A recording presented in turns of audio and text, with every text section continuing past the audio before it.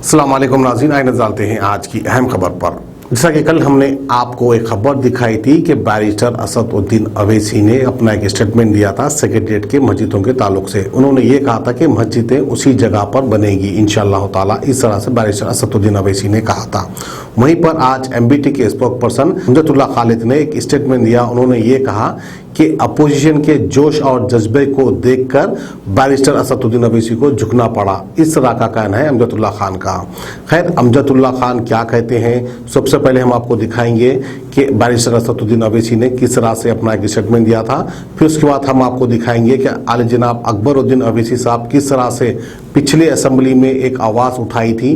फिर उसके बाद हम दिखाएंगे कि ख्वाजा बिलाल इसके ताल्लुक से क्या कहते थे और क्या होने वाला है आगे चलकर। ख्वाजा बिलाल ने एक बयान दिया था, वो भी हम आपको दिखाएंगे। फिर उसके बाद हम आपको दिखाएंगे कि एमबीटी के spokesperson Amjadullah Khan barrister Asaduddin Owaisi साहब को क्या कहते हैं।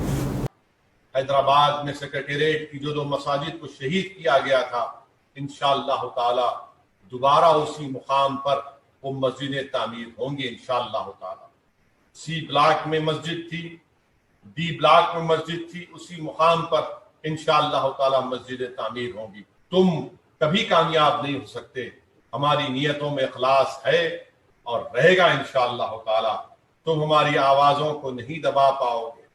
और याद रखो कांग्रेसियों, स्पीकर साहब आपके जरिए यह बात भी याद दिलाना चाहता हूं कि अंबरपेट में एक खाना मस्जिद को रोड की वाइडनिंग के नाम पर शहीद किया गया और चीफ मिनिस्टर साहब ने वादा किया था, मुझसे बोला था कि अकबर साहब हम बनाएंगे मस्जिद को, लेकिन आज तक भी एक खाना मस्जिद की तामीर नहीं हुई।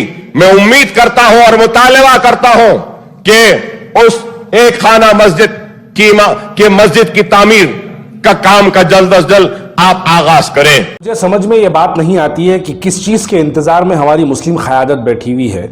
अब 7 सितंबर से असेंबली का आगाज़ होगा। असेंबली के अंदर अकबरुद्दीन अवैसी साहब की धुआंधार तकरीर होगी। तकरीर में अकबरुद्दीन अवैसी साहब जो है फिर से लताड़ के रख देंगे, वैसे लताड़ के रख देंगे जैसे मस्जिद उमर फारूक के लिए करे थे। फिर से वैसी तकरीर की जाएगी। मस्जिद खाना अंबरपेट के लिए जैसी तकरीर की गई थी, फिर सेक्रेटेरिएट की मस्जिदों के लिए भी वैसी तकरीर की जाएगी। जैसे कि आलेर एनकाउंटर के लिए तकरीर की गई थी, फिर वैसे ही तकरीर की जाएगी। इन तकरीरों के कोई नतायज आने वाले नहीं है, क्योंकि वही तकरीर का ड्रामा होगा 7 सितंबर से, क्योंकि असेंबली का आगाज होगा।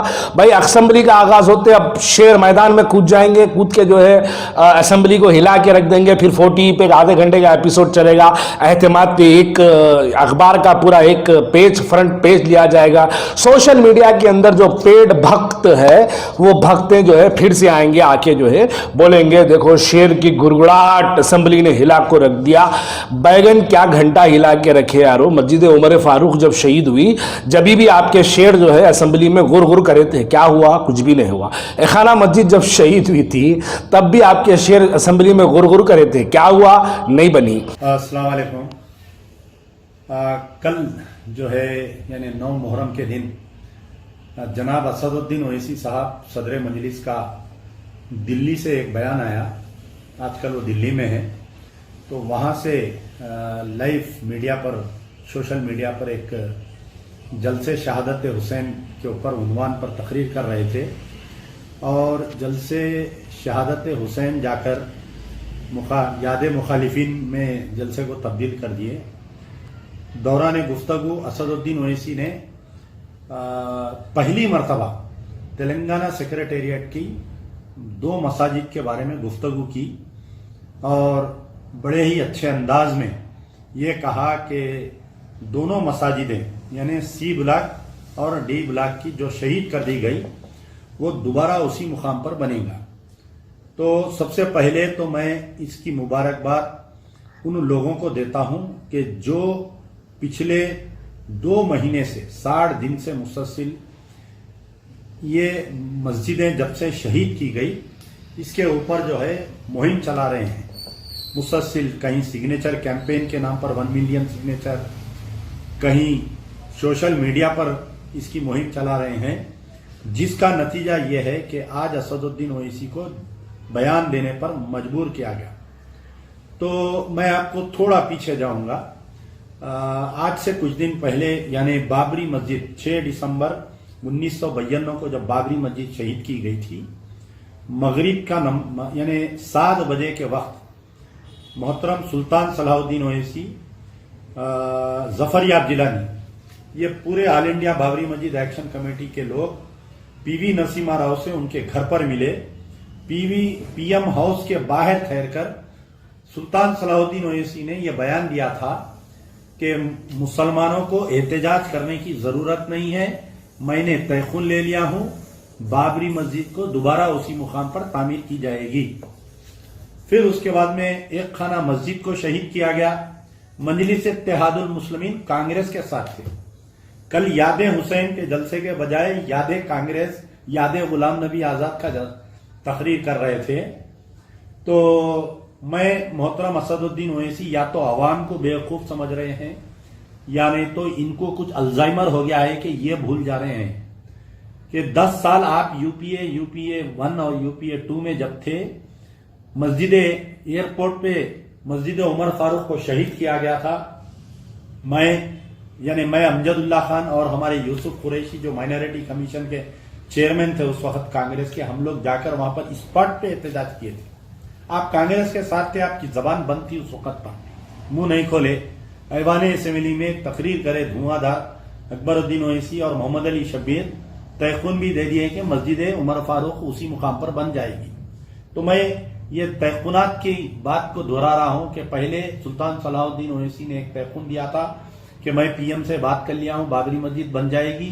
दूसरा तयखुन असदुद्दीन और अकबरुद्दीन ने कहा कि हमने ऐवान असेंबली में मसले को उठाया, मस्जिद उमर फारूक शमशाबाद एयरपोर्ट दोबारा बन जाएगी। आज 7 साल का अरसा हो गया, वो नहीं बनी। फिर उसके बाद में 5 जुलाई 2019 को मेरे पास एक तकरीर है असदुद्दीन ओवैसी की। वो तकरीर पर यह बोल रहे हैं कि हम मस्जिद एक खाना अंबरपेट को कभी नहीं बोलेंगे।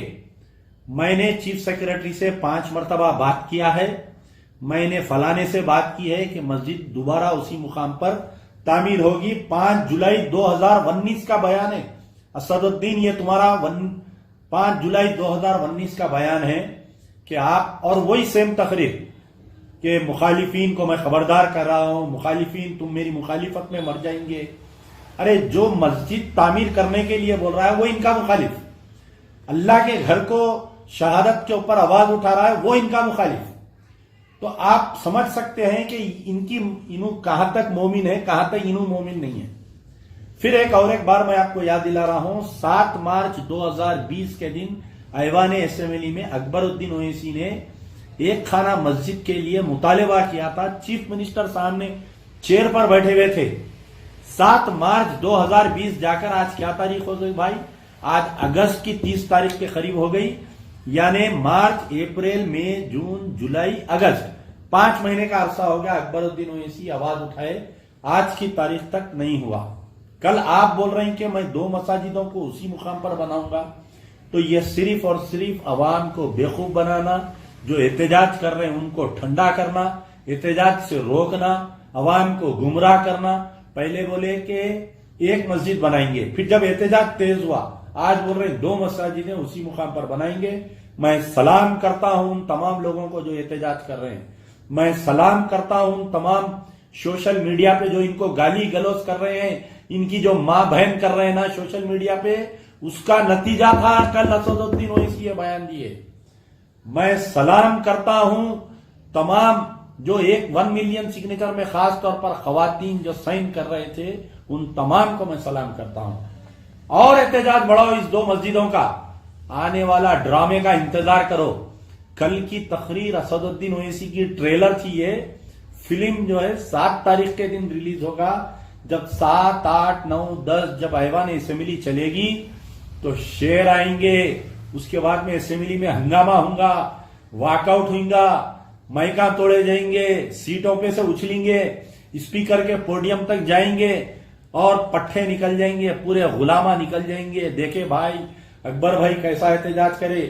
अभी 7 तारीख आने से पहले चंद गुलामा निकल गए इनके सोशल मीडिया पे कि 7 तारीख के दिन अकबर ओवैसी बहुत हंगामा करने वाले हैं।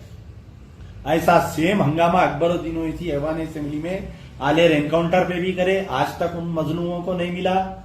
मक्का मस्जिद बम धमाके के ऊपर भी करे थे हंगामा ऐवान असेंबली में। आज तक कातिल बाइज्जत बरी हो गए। चीफ मिनिस्टर केसीआर अपील पे नहीं गए। किशनबाग में 4 लोगों को फायरिंग से मार दिया। अकबरुद्दीन ओवैसी ऐवान असेंबली में हंगामा करे। आज तक उन 4 मरगैसों वालों को इंसाफ नहीं मिला। बच्चे कोर्टों में फिर रही। वटोली में जो लोगों को जिंदा जला दिया गया था उनके कातिल बाइज्जत बरी हो गए। अदालत में हुकूमत जो है अपील पर नहीं गई। तो ऐसे हंगामे होते रहेंगे, सियासी ड्रामे। कल की असदुद्दीन ओवैसी की बात को सीरियस मत लो आप लोग। ये जो है एक जोकर हो गए, पॉलिटिशियन, सियासत के जोकर हो गए असदुद्दीन ओवैसी, जो आके अवाम को बेवकूफ समझ रही। जो दिल में आया बोल देना और उसके बाद में चले जाना। लेकिन एहतजाज जारी रखिए। 2 मसाजिद के लिए एहतजाज जारी रहेगा। अंबरपेट की मस्जिद के लिए भी एहतजाज जारी रहेगा। आशुर खाना नारायणपेट के लिए भी एहतजाज जारी रहेगा जब तक चीफ मिनिस्टर ये बात नहीं कहेंगे कि मैं तीनों मसाजिद को और आशिर खाने को बनाने की बात गुफ्तगू कुछ नहीं। सबसे बड़ी चीज, मुझे एक सबसे बड़ी चीज ये पसंद आई कि अब्बू एमएल का एक पोस्ट, तुम्हारी जुर्रत कैसे हुई। सीएम आज हर कायदीन ये बात पूछना कि तुम्हारी जुर्रत कैसे हुई मिस्टर केसीआर मस्जिद को देखने की, मस्जिद की तरफ हाथ लगाने की। असदुद्दीन तुमको शर्म नहीं आती है बोलने के लिए? तुम अब तक वो कंट्रैक्टर जो तोड़ा उसके ऊपर केस बुक करना था, उसको गिरफ्तार कराना था, आप जाके वहां पर मुकाम का मायना करना था। आप जाके आज की तारीख तक मुकाम का मायना नहीं करे। एक औरंगाबाद में दलित बच्ची का रेप हुआ तो यहां से 200 गाड़ियों में जाके उसकी मिजाज पुरसी कर रहे हैं। अल्लाह का घर टूटा तो आप नहीं जा रहे हैं वहां पर।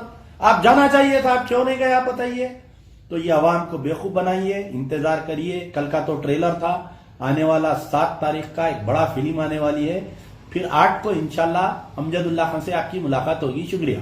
A1 टाउनशिप की एक और नई पेशकश। जहांगीर पीर दरगाह से 2 किलोमीटर पहले मल्टीनेशनल कंपनीज के करीब, जो कि बिल्कुल आबादी से लगा हुआ, बेंगलोर हाईवे से सिर्फ 5.5 किलोमीटर, बीटी रोड से लगा हुआ, तमाम डेवलपमेंट के साथ 5,50,000 में 100 गज का प्लॉट। A1 टाउनशिप में आपका ये छोटा सा इन्वेस्टमेंट आपका और आपके बच्चों का मुस्तकबिल बदल सकता है। आज ही तशरीफ लाएं और A1 टाउनशिप के इस प्रोजेक्ट से फायदा उठाएं। Office at pillar number 235, opposite fisheries department, Rajendra Nagar, Hyderabad.